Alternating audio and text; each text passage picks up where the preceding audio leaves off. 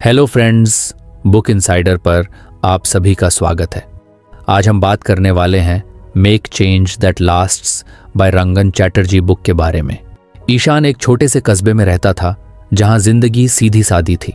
वो एक private company में काम करता था, लेकिन अंदर ही अंदर हमेशा उसे लगता था कि वो अपनी जिंदगी में कुछ मिस कर रहा है। ऑफिस का काम, घर की जिम्मेदारियां, दोस्तों की बातें, सब कुछ उसकी लाइफ में था, लेकिन सेटिस्फैक्शन कहीं नहीं था। एक दिन ईशान की नज़र एक किताब पर पड़ी, make change that lasts 9 simple ways to break free from the habits that hold you back. उसने किताब के बारे में पहले सुना तो नहीं था, लेकिन किताब का कवर और टाइटल ऐसा था कि उसने तुरंत खरीद ली। उस दिन उसने सोच लिया कि इस किताब को पढ़कर शायद उसे वो आंसर्स मिल जाएं जो वो ढूंढ रहा है। रात को जब सब सो गए, ईशान ने किताब खोली।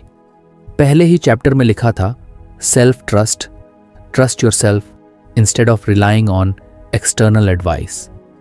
ईशान को यह लाइन पढ़ते ही कुछ ऐसा लगा जैसे किसी ने उसकी दबी हुई फीलिंग्स को आवाज दे दी हो। उसने धीरे धीरे पढ़ना शुरू किया।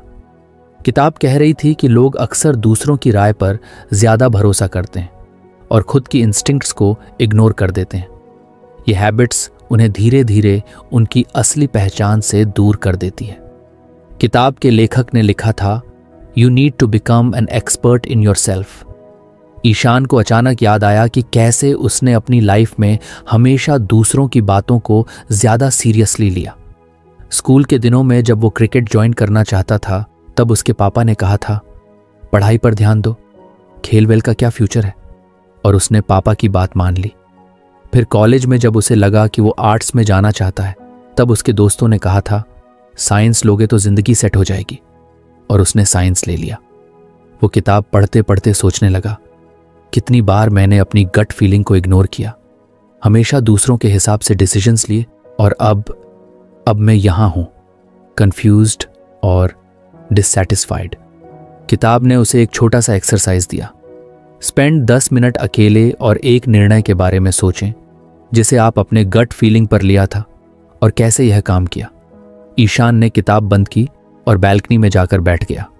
उसने सोचा, क्या मैंने कभी अपनी इंस्टिंक्ट पर कोई डिसीजन लिया भी है?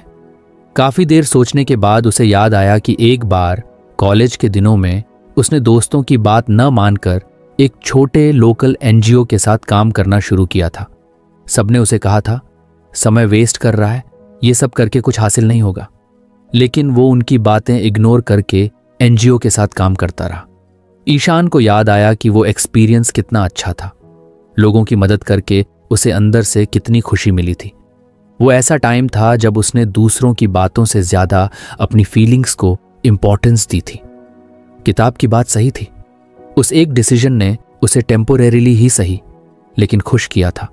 उसने सोचा, तो शायद मुझे खुद पर कुछ और भरोसा करना चाहिए। अगले दिन ऑफिस में ईशान कुछ अलग महसूस कर रहा था। उसकी डेस्क पर एक नया प्रोजेक्ट आया था और उसका मैनेजर उससे पूछ रहा था, what do you think, should we go with this approach?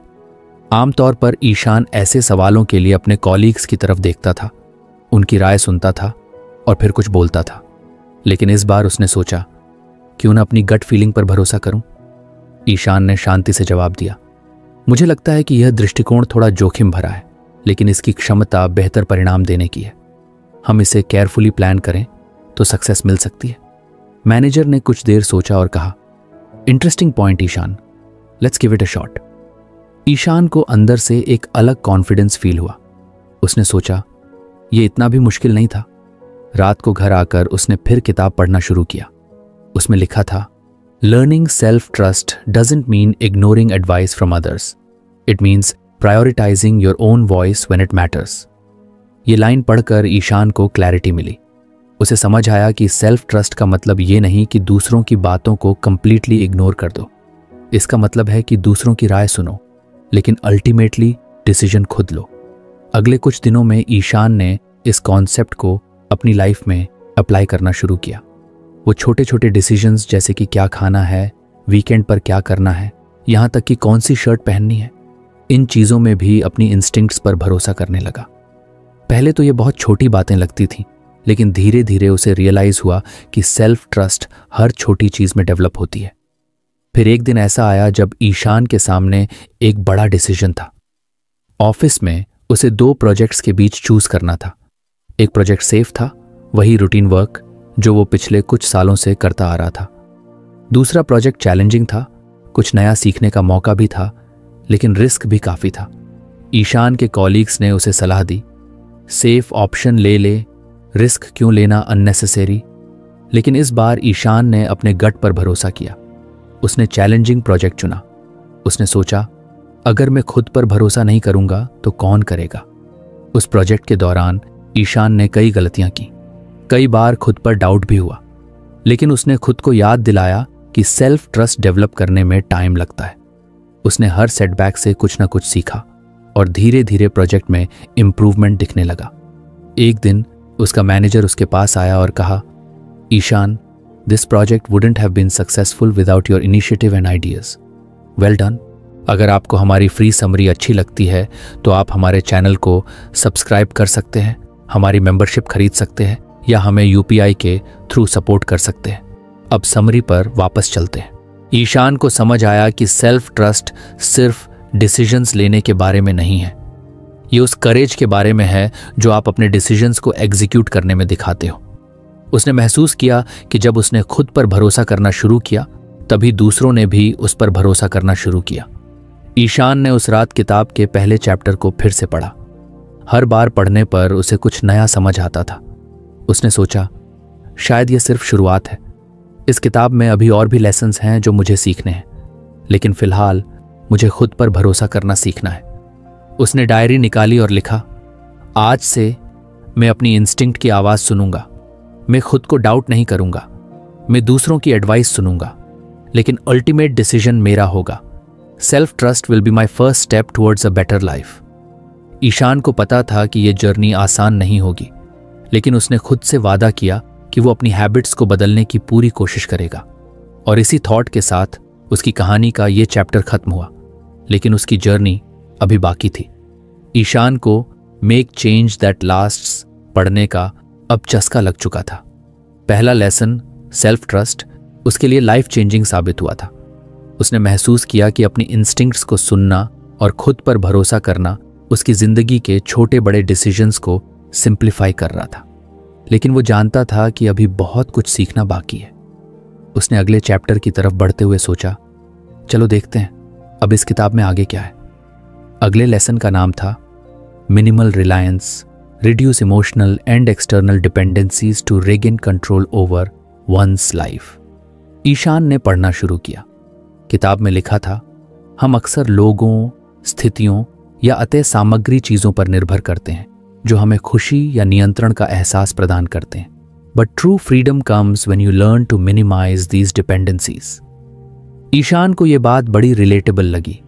वो हमेशा महसूस करता था कि उसकी खुशी, उसके डिसीजंस सब कहीं ना कहीं दूसरों पर डिपेंड करते हैं। जैसे अगर कोई दोस्त उससे टाइम पर कॉल नहीं करता तो वो अननेसेसरीली अपसेट हो जाता था। अगर ऑफिस में उसके काम की तारीफ नहीं होती तो उसे ऐसा लगता कि उसने कुछ अचीव ही नहीं किया। यहाँ तक कि छोटी छोटी चीजें, जैसे कि अगर उसका फेवरेट कैफे बंद हो गया तो पूरा दिन खराब लगता था। उसने किताब के अगले हिस्से पर ध्यान दिया। वहां एक छोटा सा एक्सरसाइज लिखा था, write down 5 things or people you feel dependent on for your happiness, then think what would happen if those things or people were no longer in your life. Ishan ने पेन उठाया और लिखना शुरू किया। 1. दोस्तों की वैलिडेशन, ऑफिस में appreciation, social media पर लाइक्स और कमेंट्स। 4. परिवार का अप्रूवल। 5. वीकेंड आउटिंग्स या छोटी छोटी मटीरियलिस्टिक चीज़ें लिखते हुए ही ईशान को लगा कि इन सब चीज़ों पर उसकी डिपेंडेंसी कितनी ज़्यादा है। उसने सोचा, अगर ये सब चीज़ें मेरे पास न रहें तो क्या मैं खुश रह पाऊंगा? ये सवाल उसे अनकंफर्टेबल लगा, लेकिन उसने खुद से ईमानदारी बरती। किताब ने उसे समझाया कि इमोशनल और एक्सटर्नल डिपेंडेंसीज धीरे धीरे इंसान को कमज़ोर बना देती हैं। अगर आप हमेशा दूसरों की वैलिडेशन, मटीरियलिस्टिक चीज़ों या एक्सटर्नल फैक्टर्स पर डिपेंड रहते हैं तो आप अपनी ज़िंदगी का कंट्रोल खो देते हैं। ईशान ने सोचा, शायद मुझे कुछ इंट्रोस्पेक्ट करना पड़ेगा। मैं खुद को इन चीज़ों से डिटैच कैसे कर सकता हूँ? अगले कुछ दिनों में उसने अपने हैबिट्स पर ध्यान देना शुरू किया। वो जानता था कि ये आसान नहीं होगा, लेकिन उसने डिसाइड कर लिया था कि वो इस लेसन को प्रैक्टिस करेगा। सबसे पहले उसने दोस्तों की वैलिडेशन पर काम करना शुरू किया। वो अक्सर अपने डिसीजंस को लेकर दोस्तों की राय का इंतजार करता था।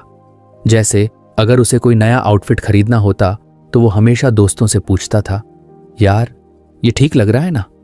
लेकिन इस बार उसने सोचा, क्यों ना मैं खुद डिसाइड करूं कि मुझे क्या पसंद है। उसने खुद एक जैकेट पसंद की और खरीद ली, दोस्तों से बिना पूछे। जब उसने वो जैकेट पहली बार पहनी तो उसके दोस्त बोले, अरे ये कुछ अलग सी है, पर सूट कर रही है तुझ पर। ईशान मुस्कुरा दिया। उसने सोचा, शायद मुझे हमेशा दूसरों की राय की जरूरत नहीं है। फिर उसने ऑफिस में अप्रिसिएशन के लिए अपनी डिपेंडेंसी पर काम करना शुरू किया। हर बार जब वो कोई प्रोजेक्ट पूरा करता तो वो हमेशा इस बात का इंतजार करता था कि उसका मैनेजर उसे कॉम्प्लीमेंट करे। लेकिन अब उसने सोचा, मुझे खुद को वैलिडेट करना चाहिए। अगर मैं जानता हूं कि मैंने अच्छा काम किया है तो किसी और के अप्रूवल की जरूरत क्यों? उसने एक बार खुद को शाबाशी दी, ईशान वेल डन, तूने इस बार अच्छा काम किया है। और धीरे धीरे उसने देखा कि उसकी डिपेंडेंसी कम होने लगी। अब अगर मैनेजर उसे अप्रिशिएट करता तो अच्छा लगता था, लेकिन अगर नहीं करता तो उसे कोई फर्क नहीं होता था।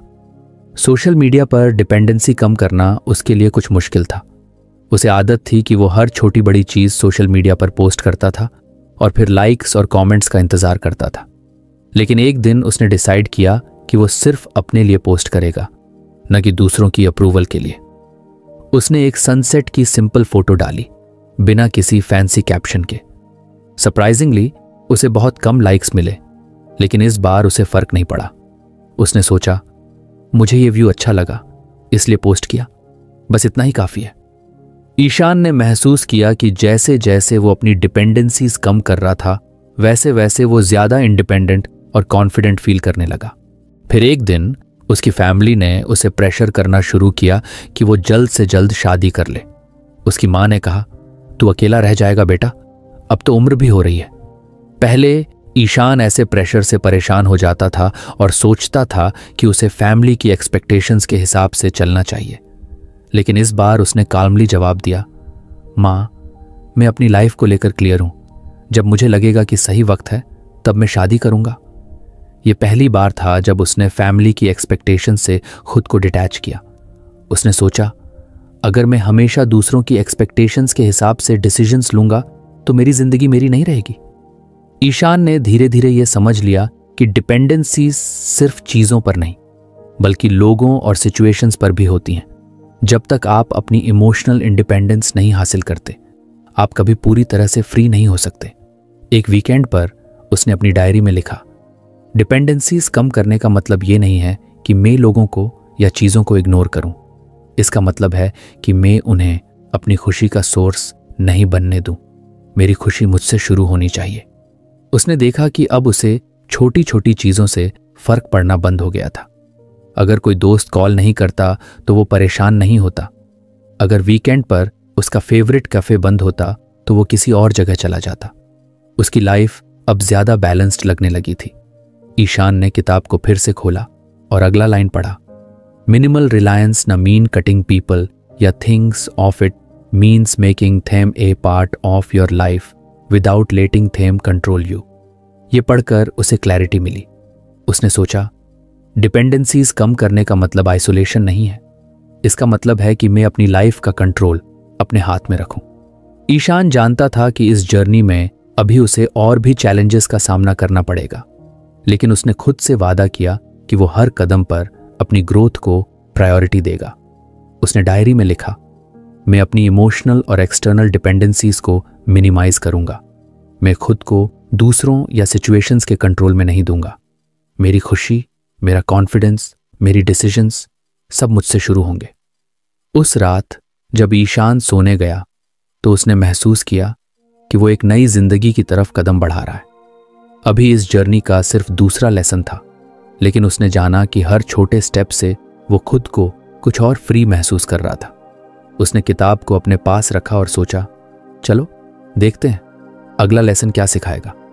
ईशान अब अपनी लाइफ में काफी बदलाव महसूस कर रहा था। सेल्फ ट्रस्ट और मिनिमल रिलायंस ने उसे एक नई क्लैरिटी दी थी। अब वो दूसरों की वैलिडेशन पर कम डिपेंड करता था और खुद से ज़्यादा जुड़ाव महसूस कर रहा था।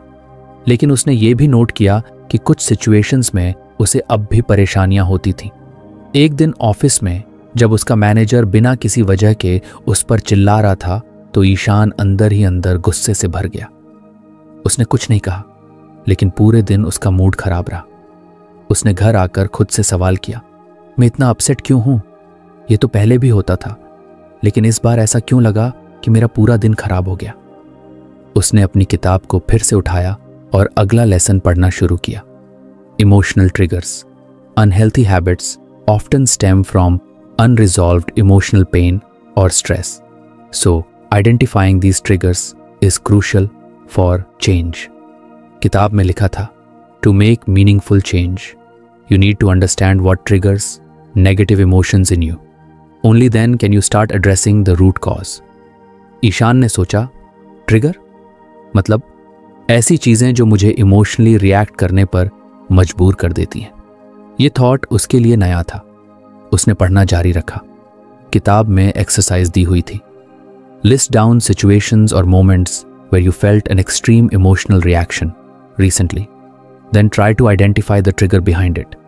ईशान ने अपनी डायरी निकाली और लिखना शुरू किया। 1. ऑफिस में मैनेजर का चिल्लाना। 2. किसी करीबी दोस्त का बिना बताए प्लान्स कैंसिल कर देना। 3. सोशल मीडिया पर एक कमेंट जिसने उसे क्रिटिसाइज किया।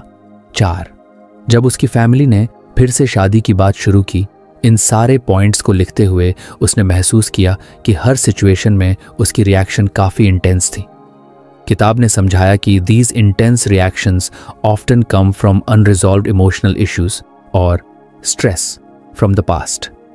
ईशान ने गहराई से सोचना शुरू किया। उसने खुद से पूछा, क्या ये सारी चीज़ें मुझे इसलिए परेशान कर रही हैं क्योंकि इनमें कुछ ऐसा छिपा है जिसे मैंने अब तक फेस नहीं किया? पहले पॉइंट पर काम करते हुए उसने पाया कि ऑफिस में मैनेजर का चिल्लाना उसे इसीलिए परेशान करता है क्योंकि बचपन में उसके पिता भी उस पर अक्सर गुस्सा करते थे। अगर वो कोई मिस्टेक करता तो डांट सुननी पड़ती थी और वो हमेशा ये महसूस करता था कि वो काफ़ी अच्छा नहीं है। ये इनसिक्योरिटी आज तक उसके साथ थी। दूसरे पॉइंट पर उसने ध्यान दिया। दोस्तों का प्लान कैंसिल करना उसे इसीलिए बुरा लगता था क्योंकि उसे लगता था कि लोग उसे प्रायोरिटी नहीं देते। ये इनसिक्योरिटी उसकी स्कूल की यादों से आई थी, जब उसे हमेशा ग्रुप एक्टिविटीज में नजरअंदाज किया जाता था। तीसरे पॉइंट पर सोचते हुए उसने महसूस किया कि सोशल मीडिया की क्रिटिसिज्म उसे इसलिए परेशान करती है क्योंकि वो हमेशा परफेक्ट दिखने की कोशिश करता है। वो दूसरों के सामने खुद को बेहतर दिखाना चाहता था और जब ऐसा नहीं होता तो उसे खुद पर डाउट होने लगता।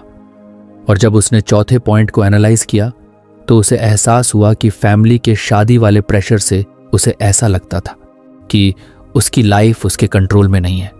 ये उसके अंदर एक रिबेलियन पैदा कर देता था। ईशान ने गहरी सांस ली। उसने सोचा, तो ये है मेरी इमोशनल ट्रिगर्स की जड़। ये सब कुछ मेरे पास्ट से जुड़ा है। किताब ने उसे अगले स्टेप की तरफ गाइड किया। Once you identify your triggers, start working on healing them. Acknowledge your past pain and consciously choose to respond differently. Ishaan ने तय किया कि वो अब इन ट्रिगर्स को अवॉइड करने के बजाय फेस करेगा। उसने एक स्ट्रैटेजी बनाई। सबसे पहले उसने ऑफिस वाली सिचुएशन पर काम करने की सोची। जब अगली बार उसका मैनेजर उस पर चिल्लाया तो वो खुद को शांत करने की कोशिश करने लगा। उसने इंटरनली खुद से कहा, ईशान, ये उनकी प्रॉब्लम है, तेरी नहीं। तूने अपना काम ठीक से किया है। उसने काल्मली मैनेजर को जवाब दिया, अगर आपको मेरे काम में कोई इशू लग रहा है तो मैं उसे फिक्स कर सकता हूं, लेकिन इस तरह चिल्लाने से इशू सॉल्व नहीं होगा। यह पहली बार था जब उसने असर्टिवली रिस्पॉन्ड किया था। सरप्राइजिंगली उसका मैनेजर चुप हो गया। फिर उसने दोस्तों के साथ अपनी इनसिक्योरिटी पर काम किया। अगली बार जब किसी दोस्त ने प्लान कैंसिल किया तो ईशान अपसेट नहीं हुआ। उसने सोचा, शायद उनके पास कोई वैलिड रीजन होगा, मैं खुद को उनकी प्रायोरिटीज से मेजर क्यों कर रहा हूं। उसने अपने लिए कुछ किया, मूवी देखने चला गया। उसे खुशी हुई कि उसने अपना मूड स्पॉइल नहीं होने दिया। सोशल मीडिया पर नेगेटिव कमेंट्स को हैंडल करना कुछ चैलेंजिंग था, लेकिन उसने धीरे धीरे खुद से कहना शुरू किया, हर कोई मुझे पसंद नहीं करेगा और ये नॉर्मल है। मैं परफेक्ट नहीं हूं और मुझे इसकी ज़रूरत भी नहीं है। उसने खुद को क्रिटिसिज्म को कंस्ट्रक्टिवली लेने की प्रैक्टिस की। फैमिली की एक्सपेक्टेशंस को हैंडल करना सबसे मुश्किल था। जब उसकी माँ ने फिर से शादी की बात की तो उसने काल्मली जवाब दिया, माँ, मैं आपकी बात समझता हूँ, लेकिन मुझे अभी कुछ और चीज़ों पर फोकस करना है। मैं सही वक्त आने पर यह डिसीजन लूंगा। उसने पहली बार गिल्ट फील किए बिना अपनी बात रखी। ईशान ने महसूस किया कि जैसे जैसे वो इन ट्रिगर्स पर काम कर रहा था, वैसे वैसे उसका इमोशनल बैलेंस बेहतर हो रहा था। एक दिन उसने अपनी डायरी में लिखा, ट्रिगर्स हमें हमारी कमजोरियों का पता लगाने का मौका देते हैं। अगर मैं इन्हें इग्नोर करता रहा तो ये मुझे कंट्रोल करते रहेंगे, लेकिन अगर मैं इन्हें समझूं और हैंडल करना सीखूं तो मैं अपनी लाइफ को बेटर कंट्रोल कर सकता हूं। ईशान की जिंदगी धीरे धीरे स्टेबल होती जा रही थी। उसने महसूस किया कि इमोशनल ट्रिगर्स को पहचानना और उनसे निपटना आसान नहीं था, लेकिन यह प्रोसेस उसे हर दिन कुछ और मजबूत बना रहा था। उसने किताब का अगला हिस्सा पढ़ा, emotional triggers are not your enemy, they are signals, pay attention to them and they will guide you toward healing and growth. Ishaan ने खुद से वादा किया कि वो हर सिग्नल को ध्यान से समझेगा। उसने ये लेसन भी अपने दिल में उतार लिया और सोचा, अगला चैप्टर पढ़ने का वक्त आ गया है, देखते हैं अब मुझे क्या सीखने को मिलता है। ईशान अपनी लाइफ में धीरे धीरे बड़े बदलाव महसूस कर रहा था। सेल्फ ट्रस्ट, मिनिमल रिलायंस और इमोशनल ट्रिगर्स पर काम करने के बाद उसे ऐसा लग रहा था कि वो पहले से ज्यादा इमोशनली बैलेंस्ड और कॉन्फिडेंट बन गया है। लेकिन फिर भी कुछ चीजें थीं जो उसे कंफ्यूज करती थी। एक दिन जब वो अपनी किताब के अगले लेसन पर पहुंचा तो उसने पढ़ा, inside versus outside, knowledge alone isn't enough, lasting change comes from looking inward, understanding your emotional landscape and addressing the hidden causes of habits। Ishaan ने इस लाइन को 2 बार पढ़ा। उसने सोचा, नॉलेज तो मेरे पास है, किताबें पढ़ पढ़ कर मैंने काफी कुछ सीखा है, लेकिन क्या मैं अपनी अंदर की दुनिया को सही से समझ पाया हूं? यह थॉट उसे कुछ असहज करने लगा। किताब में लिखा था, most people focus on outside, external solutions, advice and techniques, but the real transformation happens when you dive deep into your inside, understanding your own emotional patterns, beliefs and fears। Ishaan ने खुद से सवाल किया, मैंने अब तक अपने हैबिट्स बदलने के लिए बाहर से कितना एडवाइस लिया है और क्या मैंने कभी गंभीरता से खुद को समझने की कोशिश की है? उसने एक एक्सरसाइज पढ़ी जो उसे इंसाइटफुल लगी। किताब ने कहा था, sit quietly and reflect on one habit you want to change. Instead of thinking about what you can do externally to change it, ask yourself, why does this habit exist? What emotional need is it fulfilling? And what hidden beliefs might be driving it? Ishaan ने इस exercise को करने का फैसला किया। उसने अपनी coffee बनाई, अपने कमरे में बैठा और अपनी डायरी निकाली। उसने सोचा, कौन सी हैबिट है जो मुझे सबसे ज्यादा परेशान करती है? कुछ देर सोचने के बाद उसने लिखा, ओवरथिंकिंग। ईशान को पता था कि उसका ओवरथिंकिंग उसकी प्रोडक्टिविटी और पीस को बुरी तरह अफेक्ट कर रहा था। छोटी छोटी बातों पर घंटों सोचना, वर्स्ट केस सिनारियोस क्रिएट करना और हर डिसीजन को बार बार एनालाइज करना उसकी जिंदगी को अननेसेसरीली कॉम्प्लिकेटेड बना रहा था। उसने किताब की एडवाइस के अनुसार खुद से सवाल पूछना शुरू किया, मैं इतना ओवरथिंक क्यों करता हूं? यह हैबिट कहां से आई? क्या यह किसी इमोशनल नीड को फुलफिल करता है? कुछ देर सोचने के बाद उसे महसूस हुआ कि उसका ओवरथिंकिंग इनसिक्योरिटी से जुड़ा हुआ है। उसने लिखा, I overthink because I am afraid of making mistakes. I feel like I need to plan everything perfectly to avoid failure. Maybe this comes from the times in school when I was scolded for small errors. It made me believe that mistakes are unacceptable. ये realization उसके लिए eye-opening था। उसने आगे लिखा, Overthinking gives me a false sense of control. It makes me feel like I can avoid failure if I think about every possibility. But in reality, it just wastes my time and energy. Ishan ने अपनी emotions को ध्यान से observe करना शुरू किया। उसने notice किया कि जब भी उसे कोई बड़ा डिसीजन लेना होता तो वो एंग्शियस हो जाता। वो बार बार सोचता, क्या मैं सही कर रहा हूं? क्या ये डिसीजन मेरी लाइफ को खराब कर देगा? किताब ने कहा था कि insight is about understanding the deeper emotional landscape behind your habits. Once you identify the root cause you can start addressing it. Ishaan ने तय किया कि अब वो सिर्फ बाहर से सॉल्यूशंस ढूंढने के बजाय अपनी अंदर की दुनिया को समझेगा. उसने खुद को चैलेंज किया कि अगली बार जब वो ओवरथिंकिंग करेगा तो वो खुद से एक सवाल पूछेगा, क्या मैं डर से रिएक्ट कर रहा हूं? क्या ये डर वाकई जस्टिफाइड है? अगले दिन ऑफिस में एक नई प्रोजेक्ट की रिस्पॉन्सिबिलिटी आई. ये चैलेंजिंग था और ईशान कुछ नर्वस हो गया. उसका माइंड तुरंत ओवरथिंकिंग मोड में चला गया.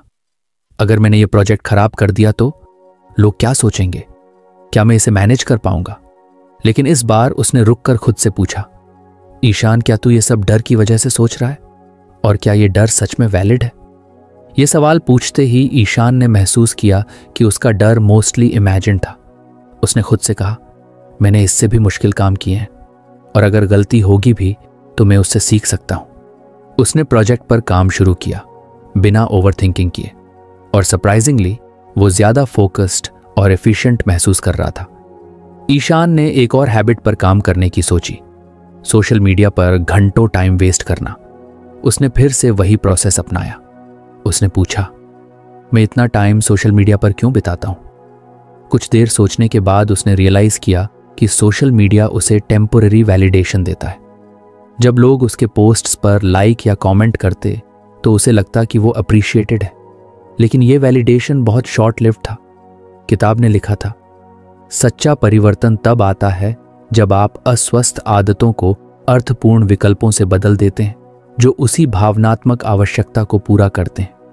ईशान ने सोचा, अगर मुझे वैलिडेशन चाहिए तो मैं उसे हेल्थी तरीके से कैसे पा सकता हूं? उसने फैसला किया कि वो अपने दोस्तों और परिवार के साथ ज्यादा समय बिताएगा. उनसे बातचीत करते हुए उसे जो कनेक्शन और अप्रिशिएशन मिलेगा वो सोशल मीडिया के टेम्पोररी लाइक्स से कहीं ज्यादा मीनिंगफुल होगा. ईशान ने धीरे धीरे खुद को ऑब्जर्व करना शुरू किया. उसने देखा कि कई बार वो स्ट्रेस या बोर्डम से रिएक्ट करके हैबिट्स अडॉप्ट करता था, लेकिन अब वो हर बार पॉज लेकर खुद से पूछता, इस हैबिट की वजह क्या है और क्या मैं इसे बेहतर तरीके से एड्रेस कर सकता हूं? किताब ने उसे एक और पावरफुल लाइन दी थी, don't just know yourself, understand yourself deeply. Surface level knowledge leads to temporary change but deep insight brings transformation. Ishaan ने महसूस किया कि उसने अब तक जितना खुद को समझा था उससे कहीं ज्यादा लेयर्स उसके अंदर थीं. हर हैबिट, हर रिएक्शन उसके पास्ट एक्सपीरियंसेस और बिलीफ से जुड़ी हुई थी. धीरे धीरे ईशान की लाइफ में बड़े बदलाव आने लगे. वो सिर्फ बाहरी एडवाइस पर डिपेंड करने के बजाय अपने अंदर की आवाज सुनने लगा. उसने महसूस किया कि लास्टिंग चेंज का असली की सेल्फ अवेयरनेस और इमोशनल अंडरस्टैंडिंग है. एक शाम ईशान ने अपनी डायरी में लिखा, मैंने सीखा कि हैबिट्स सिर्फ बिहेवियर्स नहीं हैं, ये हमारी इमोशंस और बिलीफ्स से जुड़ी होती हैं. अगर मैं अपनी अंदर की दुनिया को समझ सकता हूं तो मैं अपनी हैबिट्स को परमानेंटली चेंज कर सकता हूं. ईशान अब तक कई चीजें सीख चुका था, self trust, minimal Reliance, emotional triggers और इनसाइड वर्सेस आउटसाइड जैसे लेसन्स ने उसकी जिंदगी को एक नई दिशा दी थी. उसने खुद को बेहतर तरीके से समझना शुरू कर दिया था और बाहरी वैलिडेशंस या डिपेंडेंसीज पर कम निर्भर हो रहा था. लेकिन अब भी उसे लगता था कि सफर अधूरा है. उसने किताब को पूरा करने का फैसला किया ताकि वो खुद को और बेहतर समझ सके और अपनी जिंदगी को पूरी तरह से बदल सके. किताब के अगले लेसन्स पढ़ते हुए उसने महसूस किया कि बदलाव सिर्फ हैबिट्स तक सीमित नहीं है, ये माइंडसेट और पर्सपेक्टिव का खेल है. एक दिन जब वो अपने ऑफिस के काम में उलझा हुआ था, उसने महसूस किया कि उसकी प्रोडक्टिविटी और पीस दोनों बेहतर हो चुकी थी. पहले जहां छोटी छोटी बातों पर घंटों सोचता था, अब वो शांत और कंपोज्ड रहता था. लेकिन उसकी सबसे बड़ी जीत ये थी कि उसने खुद से डरना बंद कर दिया था. ईशान ने अपनी डायरी में लिखा, हर हैबिट जो मुझे परेशान करती थी उसके पीछे एक इमोशनल रीजन छिपा हुआ था. मैंने जितना खुद को समझा उतना ही मैंने पाया कि मेरे अंदर बदलाव की क्षमता हमेशा से थी, बस मुझे उसे रिकॉग्नाइज करना था. एक दिन उसने अपने दोस्त आर्यन को बुलाया. आर्यन ने देखा कि ईशान अब पहले से बिल्कुल अलग लग रहा था. उसने पूछा, यार तूने ऐसा क्या किया? तू इतना काल्म और सॉर्टेड कैसे हो गया? ईशान ने मुस्कुराते हुए कहा, आर्यन, मैंने खुद पर काम करना शुरू किया। जो हैबिट्स मुझे रोक रही थी, मैंने उनकी जड़ें समझी। मैंने सीखा कि असली बदलाव बाहर से नहीं, अंदर से आता है। उसने कहा, सबसे बड़ी बात यह है कि मैंने खुद से पूछना शुरू किया कि मैं क्यों रिएक्ट करता हूं। मेरी हैबिट्स सिर्फ बिहेवियर्स नहीं थी, वो मेरी इमोशंस और बिलीफ से जुड़ी थी। आर्यन ने पूछा, और इसका रिजल्ट क्या निकला? ईशान ने कहा, मैं अब ज्यादा अवेयर हूं, मैं अपनी लाइफ के डिसीजंस कॉन्शियसली लेता हूं, और सबसे बड़ी बात, मैं अब अपने फियर्स से भागता नहीं बल्कि उन्हें फेस करता हूं। आर्यन को ईशान की बातें इतनी इम्पैक्टफुल लगीं कि उसने भी ईशान से किताब का नाम पूछ लिया। कुछ हफ्तों बाद ईशान ने महसूस किया कि उसकी जिंदगी में स्टेबिलिटी आ गई है। वो अब छोटी छोटी बातों पर स्ट्रेस नहीं करता था। उसकी रिलेशनशिप्स भी पहले से बेहतर हो चुकी थी, क्योंकि वो अब दूसरों को समझने और उनकी बातों को एम्पैथाइज करने की कोशिश करता था। लेकिन ईशान ने एक और बड़ी सीख ली थी, लाइफ में ग्रोथ कभी रुकती नहीं। उसने अपनी डायरी में लिखा, बदलाव एक कंटिन्यूअस प्रोसेस है। मैंने अब तक बहुत कुछ सीखा है, लेकिन अभी और भी बहुत कुछ बाकी है। असली चैलेंज तब आता है जब आपको कंसिस्टेंटली अपने लेसन्स को अप्लाई करना होता है।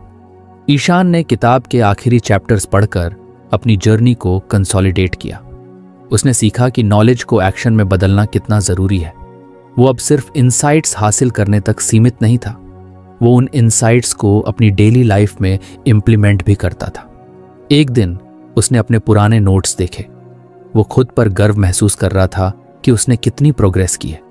उसने अपने आप से कहा, मैंने खुद को बेहतर तरीके से जान लिया है, अब मैं अपनी जिंदगी को अपनी टर्म्स पर जी सकता हूं। ईशान ने आखिरी बार अपनी किताब को बंद किया। उसने खुद से वादा किया कि वो अपनी जर्नी को यहीं खत्म नहीं करेगा।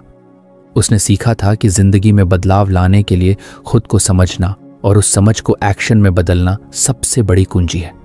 अब उसकी कहानी उस मुकाम पर आ चुकी थी जहां वो खुद को पूरी तरह कॉन्फिडेंट और एम्पावर्ड महसूस करता था।